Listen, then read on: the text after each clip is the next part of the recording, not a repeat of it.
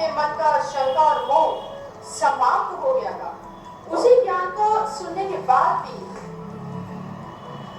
आज ये कर्म कांडों में फंसा हुआ आपका मन शंका मुक्त नहीं हो पा रहा। और जैसा कि मैंने कहा कि मन में शंका आना यानी भय का आना है, और भय आप भी जानते हैं कि हमें आगे बढ़ने से रोकता है। तो एक कारण तो आपको समझ में आ गया होगा, ये जो आपके मन की एक दुविधा है कि जीवन में असफलता है, निराशा है,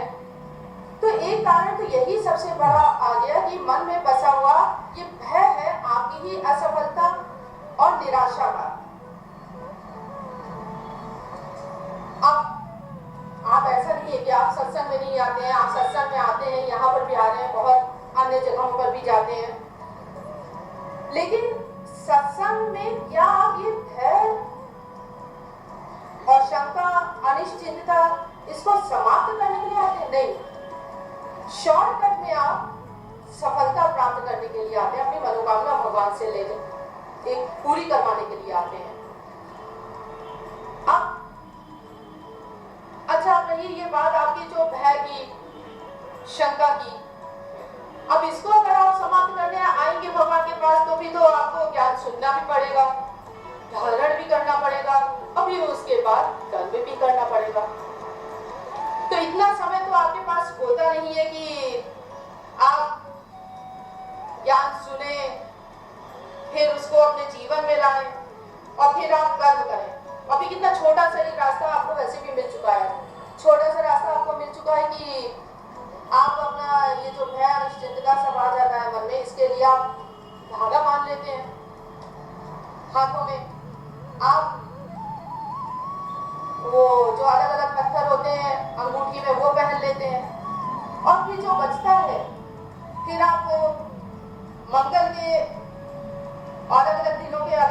अलावा जो भी अलग अलग दिनों का व्रत भी रख लेते हैं। तो कहने का अर्थ ये कि